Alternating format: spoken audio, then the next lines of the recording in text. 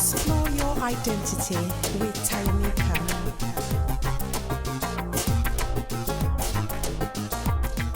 Hello and welcome to another episode of Explore Your Identity. Here we have conversations about the various aspects of our identity, both positive and negative, that have shaped who we are today. I am your host, Bianka. I'm thrilled to have another incredible guest with me here today. I just want to give a heartfelt thank you to Bianka from PincTiger, the fashion brand. Bianka, welcome and thank you for allowing this conversation here today. Thank you for having me. I'm super excited. How are you doing? Very good. I've been super busy. Lots Brilliant. of projects up and coming. Oh, good. We're just working through them one by one. I can't all wait exciting things. for you to tell us a little bit more about that. So, Bianka, take me back to a particular instance or memory that you have, or something that occurred in your early years or childhood that you feel has kind of shaped who you are today. Oh, God. I mean, I can go straight back to the nans. Basically, my grandparents come over from Ireland and they were considered quite like a lower class. A lot of people in Liverpool would call the Irish women shawlies because they'd wear crocheted shawls over their shoulders.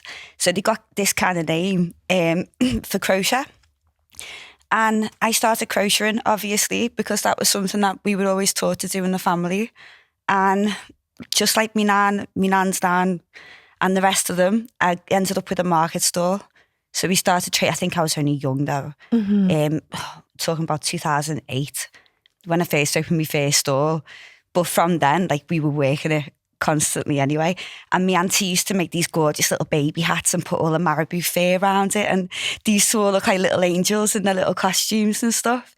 And then she moved on to like making curtains and reupholstery and even selling carpets at one point. So you know how to crochet? Yeah. Oh, really well? And reupholster. There's wow. Literally living with the women. Do you know how to do macrame? A little bit. Oh. It's quite similar to crochet. It's just not. Yeah. I'd love to know how to do that. Yeah, I've got these these ideas of like a whole collection. Oh, just with all macrame. Gold and silver and sparkly. That'd be gorgeous. But yeah, I still have to learn how to do that. But yeah, so what was your family structure like? I mean, we were part of the travelling community. I think I'm probably one of the last of the generations.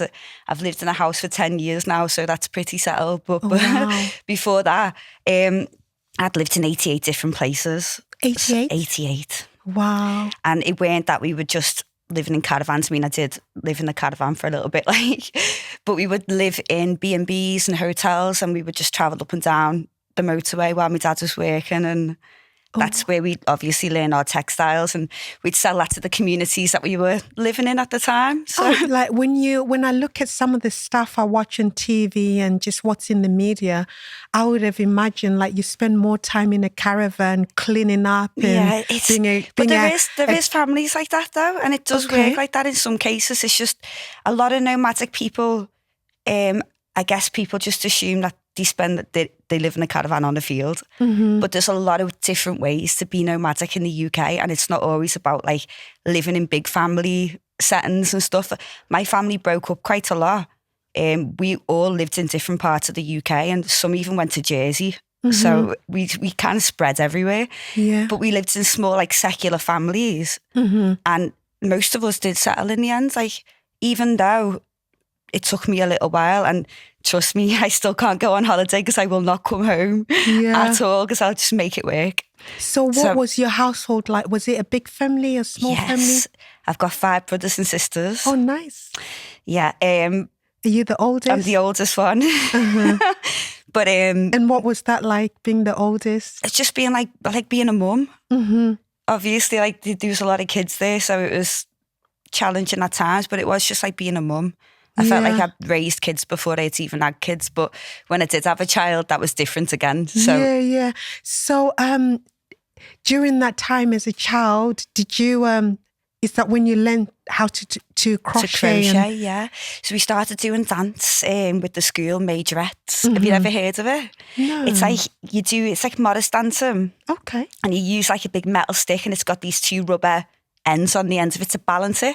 Okay. And you spin it round and flip it in the air and do all these tricks and wear cute little costumes. And so I was really into that. And my sister was really into it. And my sister's called Tamika, by the way, which is really similar to your name. What was the reason they called it Tamika? Oh, but that's another story. So my name's divided into the three women in my family. My nana, my two nanas and my mum. So B for BT, Anne for Annie, and Kat for Karen. Oh. So it's Bianca with a K, not a C for Karen. Yes. And Tamika is my mum and dad, so it's Tommy and Karen, Tomika. Oh, lovely. So yeah, that's just that. Meaningful. Yeah, well, my mum she was quite artistic when it come to names, I guess. Yeah. She thought them out. Was she also creative? Yeah, she's really artistic, but she never really got into it much. She just had other things going on, so... Yeah. Like she was making money and working and raising kids and stuff, so it weren't really a realistic endeavour for her. And it wasn't for me for a little while as well. Like during COVID, I had to stop everything. Yeah. I didn't have any work coming in at all, and I thought, oh God, I've got a kid. It's time to feed the kid and go get a real job. Yeah. Do you know what I mean? So you said your nana came to Liverpool from Ireland. Both me nanas. Oh, okay. And did you spend a lot of time with them? And not really. So how did you get to? How did they? At what point did they teach you how to crochet? And oh yeah, going back to dance, right? So we went to the majorette. Yes. And one of my babysitters, Georgie, she was crocheting like a net. Yeah. Like thin, like lacy. So I was obviously like, oh God, I want to do that. So I was sitting by her. She does it left-handed, which made it really easy for me to learn because when I was sat opposite her, I was just copying exactly what she was doing because she'd used the hand the same as me. What age was that? I was about 7. Oh, nice. Yeah. Or 8, maybe 8. But basically what I did is I started making these gorgeous little dance hairnets. And when we'd go on competitions, my auntie Georgie would sit there and sell all the hairnets for 50p for us to all the little dancers. And I didn't stop. It just started from there and I carried on. So no fabric was safe in the house. Yeah. Because if it was an old curtain, it's now a dress. Like I couldn't leave it alone, and I've always been like that from a kid. So what would you say is like the main inspiration with like your fashion style? Because I've seen your clothes, they're all quite colourful, funky, and they have got a particular character in them. Yeah. Has it been influenced by your childhood in any way? It's rave culture, honestly. So when I was growing up, it was like the mid-90s, so it was still quite a big rave scene, although it was getting a lot more commercialised and there was more people demanding money to go to these events. There was still a lot of good free, down low, illegally sort of raves that you could go to, which I did go to quite a bit. And when I turned up... Were they like the daytime ones or was it all night? Day and night ones, you know, they like the round the clock ones. I don't think the younger... generation really understand what it feels like to go to a day rave, do they? Do they still exist? I mean, if you pay for it, I think they do. Yeah, if you go into like a weekend festival, you suppose you can get up and rave. But like in a I don't know, multi-story car park that's been abandoned for like 15 years, and you just got pure bodies in there with music. But these girls, they would turn up in these clothes that I've never seen before. Not in the shops, not in the magazines. It was just a style that felt so unique to me, and it just captivated. Do you know what it reminds me of? You know, Bratz dolls. When the Bratz dolls first come out, and I was like, that's the rave scene. Like that is a rave girl outfit. So yeah. I'm trying to understand what's influenced like your journey now based on, is there anything in particular that you can pinpoint was like the influence? So there was the rave scene, there was your family, grandma. Yeah. And just the fact that I was just going for it, to be honest with you, like I couldn't do anything else. Like I had a little shop, I was selling incense sticks and like quirky trinkets and stuff from all around the world. And I made a point to make it all fair trade and stuff like that. Yeah. And then I just ended up like not replenishing the stock.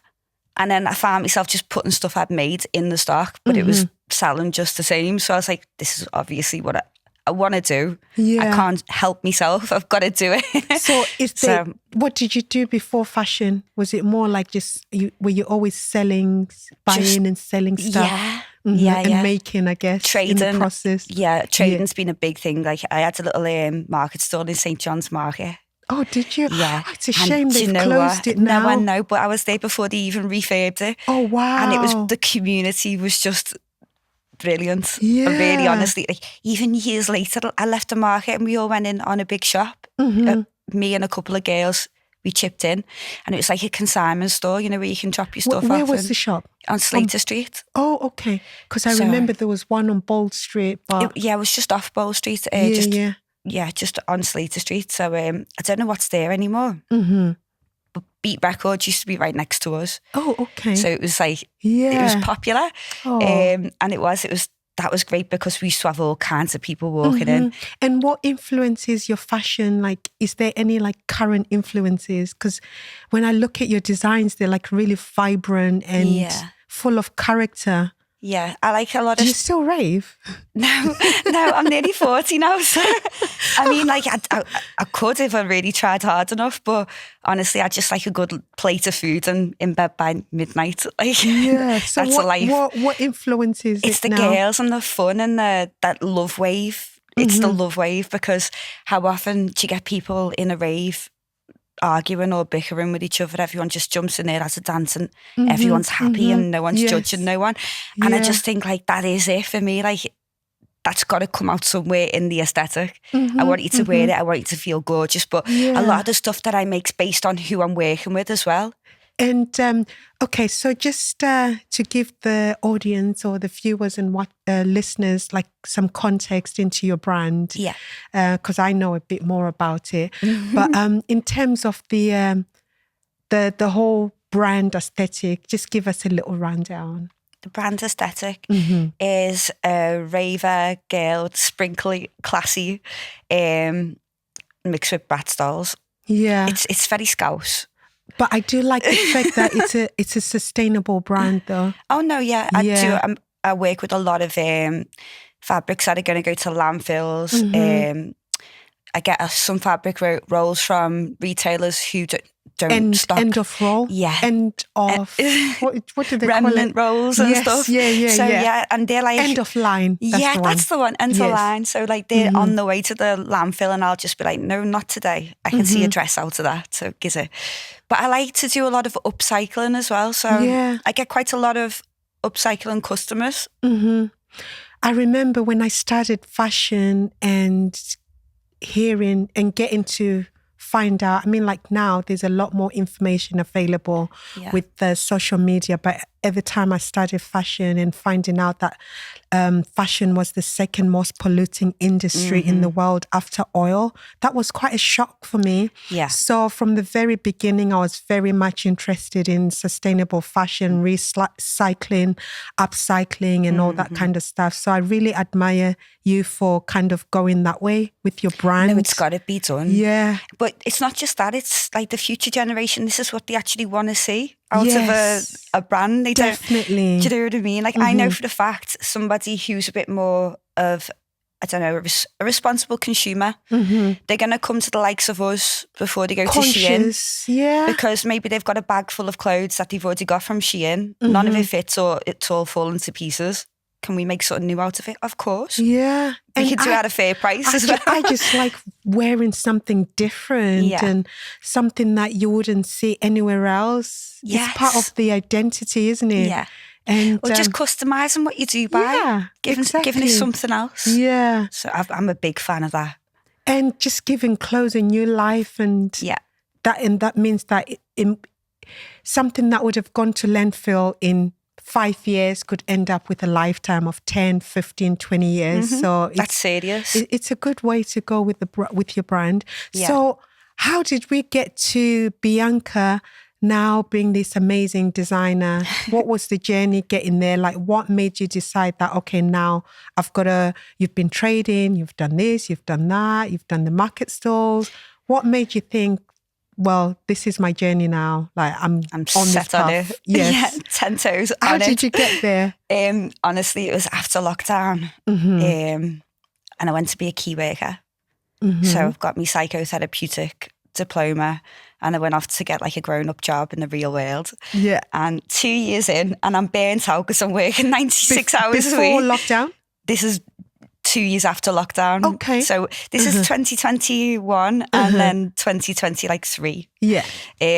So yeah, that's all I was doing, working 96 hours in a job and barely being able to get by on that amount of life. So I was a bit fuming, but I was even more fuming at myself for thinking that I could actually live that life, and that's not my life. I belong on a machine with pretty fabrics. What makes you go down that path? Because I needed to feed my kid. Okay. And I had to close my business, because my business, when I was making the kids' clothes, it wasn't really... So before lockdown, you were doing the kids' clothes? Yeah. Okay. And I was supplying shops, mostly online boutiques. I was doing like wholesale. Were you doing the sewing machinist, the pattern cutting, everything? But I had 3 machinists who was working with me as well. You had so like I would a whole just cut, system. measure and draft all my patterns, and I would send them like inventory to sew up for me, and they'd get per price on what they were making. So we were all making about the same amount of money, which I love, because obviously we're all encouraging each other to like get promoted, and we're all working hard on that. So, but then that lockdown hit and the shops weren't opening. No one was going on holiday. There was no christenings. There was no weddings. And my customers were just tying in the water, and I thought, this isn't going to last 5 months. This is going to take a lot longer than 5 months. Did you manage to make any masks or any scrubs for the hospitals? I really did. During lockdown? I'd done a little video, a little tutorial, and I put it public on my Facebook. And it was showing people how to make masks out of their old clothes or anything. So that was because my kid got involved and she really enjoyed that. Yeah. So, and a few scrubs that we made as well. In fact, I got donated some elastic and stuff off me followers to like make some more. No, it was important, isn't it? Yeah. It was like a and giving it back. made me feel good that I had like a role and a purpose in like the fight against COVID. And but I had to come out to that. I had to come out to them jobs because it's just not for me. And then I sat back on my sewing machine a year ago, and I'm a year and a half into my new brand now, and I'm going for it. Like I can't do nothing other than this. Was it easy to transition? Yes.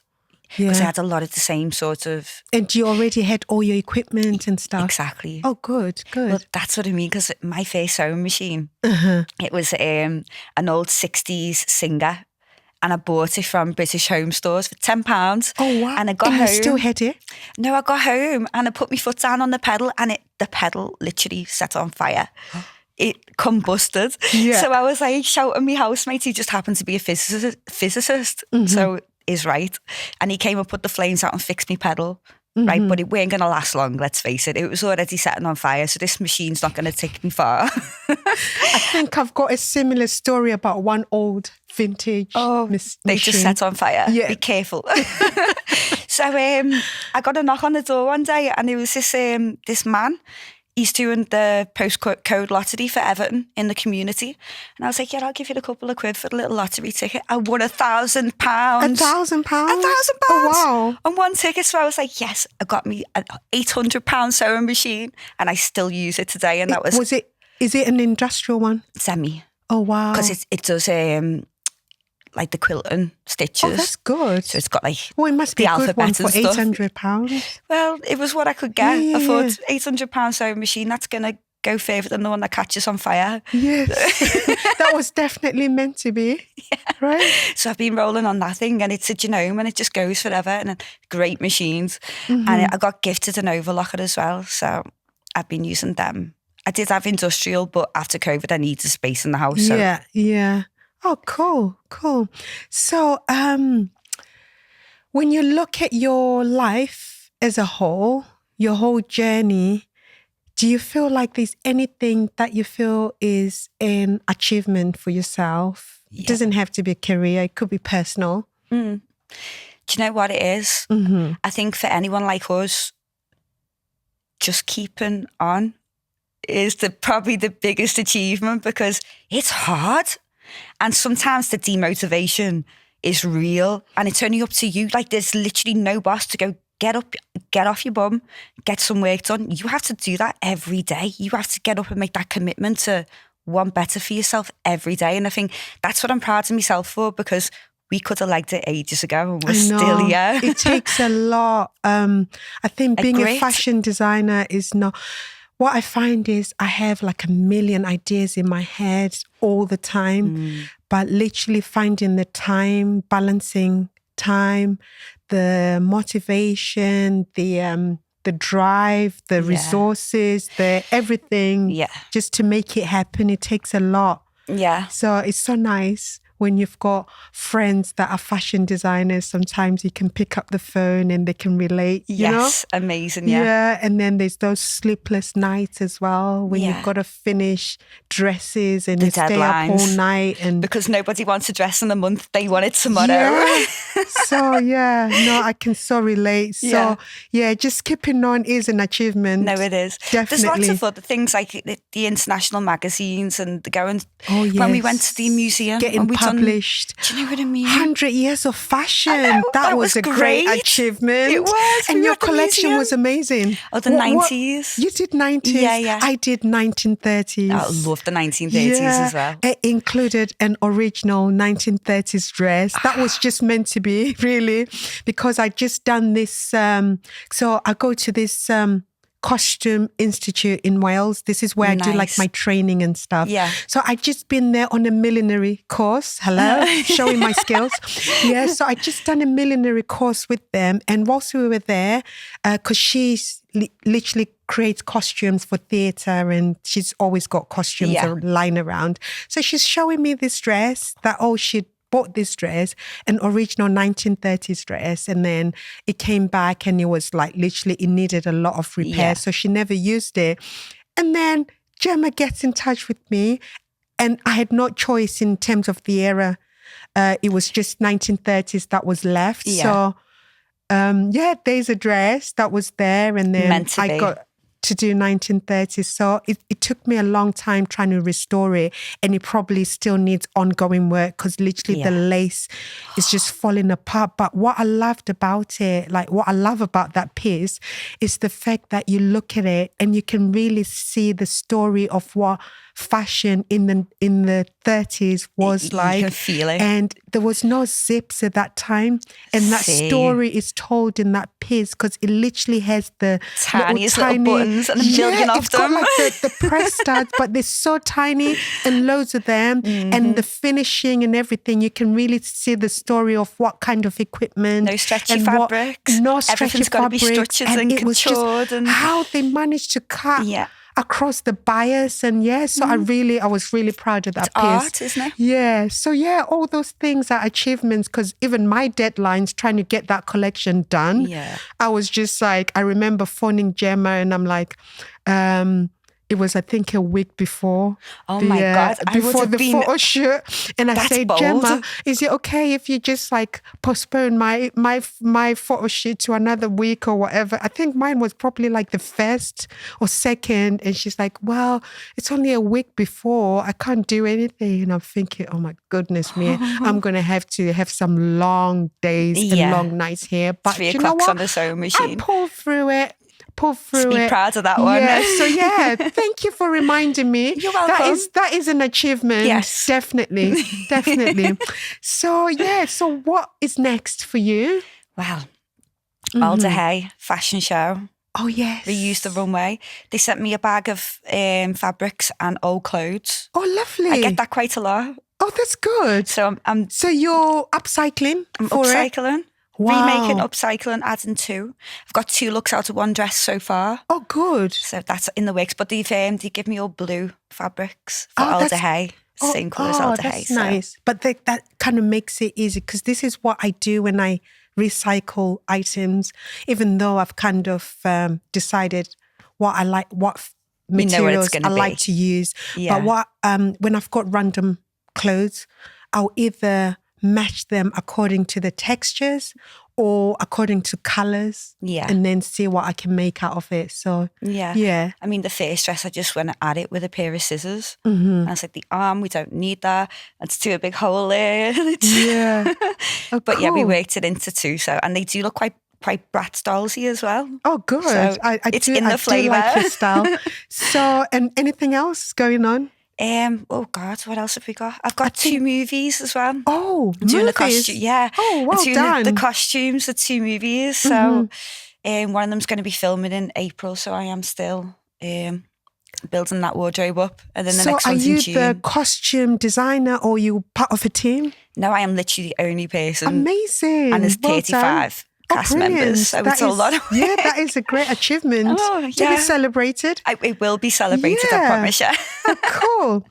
So I like to end with some fashion fun questions. Oh, fabulous. I thought today I'd dress up for the occasion. You look Since fabulous. I'm speaking to a fellow designer, I thought, you know what? We're going to turn up the volume with the fashion today. Yes. So my first question for you is there any unusual item that you carry around all the time? It could be an item of clothing, or it could be a fashion accessory that you have in your handbag all the time or on you. Okay, well, I do actually carry around a safety pin.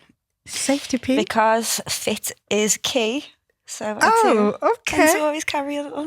Oh, lovely. Oh, there you go. Oh, cool. Have you ever had to use it? Yes. Many times? On yourself or others? It's made, like, do you know what? You get into the habit of certain things. So when you do, like, I'm on monthly shoots. So it's either a packet of false eyelashes that have never been opened before, just in case the models forget their eyelashes, and a safety pin. Oh, cool. Oh, lovely. That's, I usually kind of have safety pins just pinned on my clothes randomly. Or in my wallet. Just pin them in my wallet. Yeah, they do come in handy. Yeah. Yeah. One thing I try and walk around with all the time is a tape measure. Can't even get the words out. But I forget sometimes. They disappear. And do you know what? Every time I haven't got one, that's when somebody asks me to take their measurements. Every single time. Every time. Yeah. I put mine down and turn around for 2 seconds and it's ran away. Yeah. Forever. I either find 10 of them or I can't find any. So have you got an item of clothing that you feel emotionally attached to? You do? Yes, I do. What is it? So remember my auntie I was telling you about, Georgie, who taught me how to crochet at first. She crocheted me a big red, I was going to wear it today, a big red robe. Oh, wow. It's lovely. I can see you're not scared of colour, so that's good. No, I like a bit of... Even your fashion not is even colourful. the red, to be honest with you. It's not even my go-to, but I just like a bit of pop. You know what I mean? Yeah. But yeah, so this thing, it's like open work, so it's like lacy looking, but it's just... divine. You know what, you'll really enjoy wearing it. It's got the feel. Oh, cool. You feel luxury when you wear it. Yeah. How long have you had it? Years. I'm talking before Pippa was born, so over 10 years. Oh, wow. And this is no amazing. mean feat because I've actually moved that many times. I have to really look after these things and move them with me. Yeah. And do you wear it survive. often? Or? Yeah. Oh, good. I can swish around the house in it. Oh, brilliant. I really do. That's good. Have you got a favourite shopping experience that you can think of? Most memorable? I don't really do much. Do you like shopping? Not particularly. Because I can't... I like charity shopping. I love going on Vinted because I see things that I want to do things with. But the idea of going to buy something new just to cut up, I can't bring myself to do that. It feels like bad. Well, I actually like buying new stuff to upcycle. This is what I don't guess it's not really upcycling. It's more customizing. Yeah, customizing. Yeah. I like to do that. That's the bit I can't bring myself to do. So I'll just look for something that I think just gives me a second look. You know, when you just look at something twice, I'm like, just take it. I bought a big denim boiler suit the other day. Oh, nice. Why not? I'm going to stick the jazzles all over it and be sparkly. I do like upcycling denim. Yeah. It's good structure. Yes. And to be honest, that's one of the... And it's readily available. Yeah, I was going to say it's in landfills for years. It takes so long to break down. You should be using that to upcycle with. I know. And it's just even thinking about the process of making one pair of jeans. Yeah. Surely we deserve to give it like a whole lifetime, don't we? Can you think of any not so favourable shopping experiences, or what do you hate shopping for? Do you know what? I just like nice quality things. Like I like the feel of nice, thick fabrics. Yes. And it doesn't give when you go to the shop. I feel like my fingers are going to come through some of the fabrics. And it's so disappointing because I think, why would I? Like, I appreciate real nice fabrics. Yes. And I'm not going to go to a shop just to come out with trace and paper fabrics. I can't do it. So that's the only beef I've got with it, really. Yeah. If I buy my own fabrics, I know it's not going to be see-through. It's going to have that nice quality to it that I like. And then I can do my thing. And last but not least, have you got any fashion-related question for me? I'm sure you can answer all of them because you're a fashion designer. But if you have any, bring it on. I would like to know what your favourite fabric is to work with. Oh, that's an interesting question. An easy one to answer. Okay. Do you know what? I do actually like working. I do like creating with all sorts of fabrics. Yeah. But what I like working on is the African print, Dutch wax print, or Ankara. Some people call it Ankara. I know it as And the reason why I like working with that fabric is it's versatile. So I can use it to make a dress. I can use it to make a cushion, a lampshade, furniture. So you can use it for anything. But the most interesting part is the fact that literally it's the easiest fabric to work with. Like, it's good with threads, it's good with the needles, it's easy to cut, it's smooth, it's really not a fussy nice fabric. And thick as well. Yeah. Obviously, the only downside is the fact that it creases easily. Yeah. So, but in terms of working with, it is so easy and such a joy and a pleasure to work with. And the colours, of course. The colours, And even the history of the patterns as well. It's so interesting. The meaning, there's literally when you look at the African prints, there's a collection of over 1,000 prints. Well, you see a lot of Versace and things, they steal a lot of the ideas from onto this. Exactly. That's interesting stuff. Yeah. So I definitely like working with the African print because it's just versatile, easy, and you can make anything, even millinery. So we've reached the end of our episode. Thank you so much for being my guest today. How can people get in contact with you? You can contact me on PincTiger2K on Instagram. It's probably the best way to get hold of me, but I am on TikTok as well under the same handle. So catch me on one of them. Okay. We've come to the conclusion of this episode of Explore Your Identity. I would like to extend a heartfelt gratitude to all our listeners and our viewers. Your support means the world to me. Remember to subscribe to our YouTube channel so you can stay up to date with our latest content. If you found value out of this episode, be sure to share and let us know what you think. And also have a look at our YouTube channel. You'll find other identity episodes. And remember to keep exploring your identity. Until next time, bye for now.